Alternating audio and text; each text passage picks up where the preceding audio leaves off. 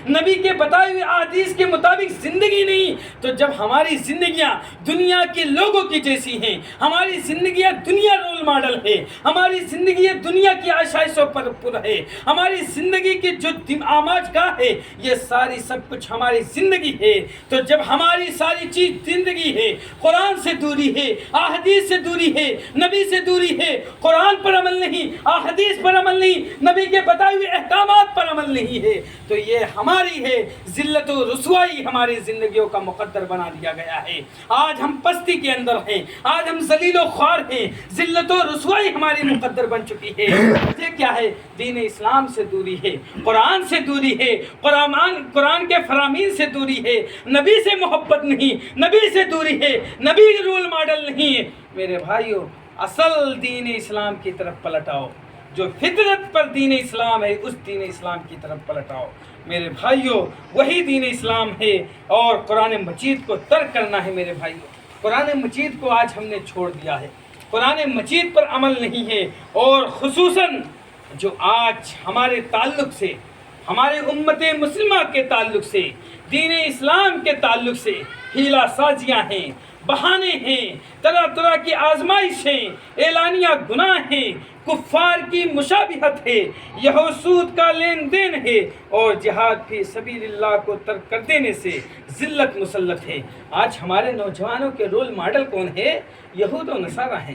آج ہمارے نوجوانوں کو بال کیسے ہیں؟ یہود و نصارہ والے ہیں۔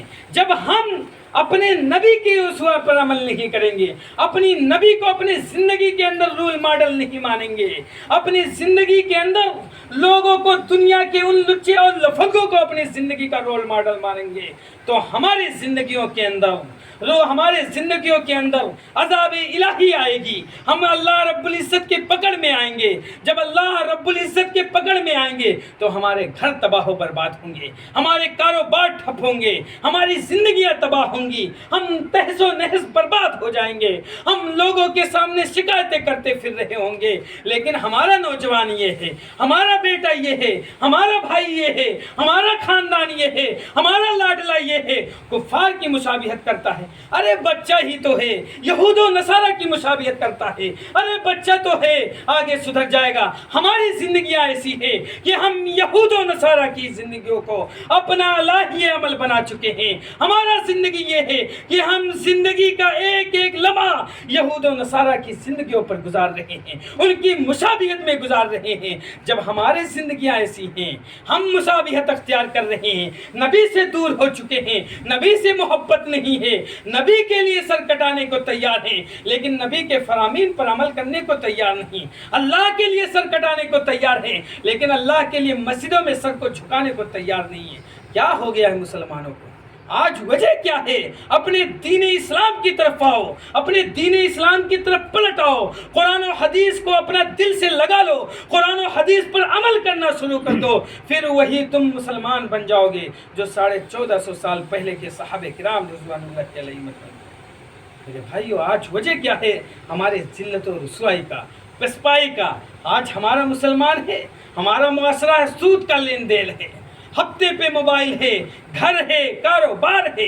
دنیا آج 80% مسلمانوں کی ایسی ہے کہ آج سود کے لپیٹ میں پڑے ہوئے ہیں، اور یہ یہود کی سب سے بڑی چال یہ ہے کہ مسلمانوں کو سود دے دے کر کے ان کی زندگیوں کو تباہ کیا جائے، ان کو دین اسلام سے متنفر کیا جائے، ان کو دین اسلام سے دور کیا جائے۔ میرے بھائیوں، ہمیں اور آپ کو سوچنے کی ضرورت ہے میرے بھائیوں، اور اعلانیہ گناہ ہے۔ آج ہمارا مسلم معاشرہ ہے، مسلم نوجوان ہیں، مسلم نوجوان لڑکیاں ہیں، ہمارے گھروں کے لڑکے ہیں، آج اعلانیہ گناہ ہو رہے ہیں، آج اعلانیہ گناہ ہیں۔ کہنے کو تو ہے مسلمان نام، کہنے کو تو ہے توحید پرست ہیں، لیکن آج ہمارا معاشرہ، جب ہم سماج کے اندر، سوسائٹی کے اندر جانچ کرتے ہیں، معائنہ کرتے ہیں، پڑتال کرتے ہیں، اس کا کچھ نکالنا چاہتے ہیں کہ ہمارا معاشرہ خوشگوار ہے کہ نہیں، کیا ہمارے معاشرے کی بہن بیٹیاں عزت سے ہیں کہ نہیں ہیں، کیا ہمارا مسلم معاشرہ نوجوانوں کا، ہمارے بہن بیٹیوں کو جینا دوبر کیا ہے کہ نہیں، جب ہم جانچنا شروع کرتے ہیں، معائنہ کرتے ہیں، تو پتہ یہ چلتا ہے کہ مسلم معاشرہ سود کے اندر، معاشرے کے اندر، بیڑی کے اندر، سگریٹ کے اندر، حرام خوریوں کے اندر، نشہ آور چیزوں کے اندر ملوث ہوتا ہوا نظر آتا ہے۔ میرے بھائیو، آج مسلم معاشرے کو ہوا کیا ہے؟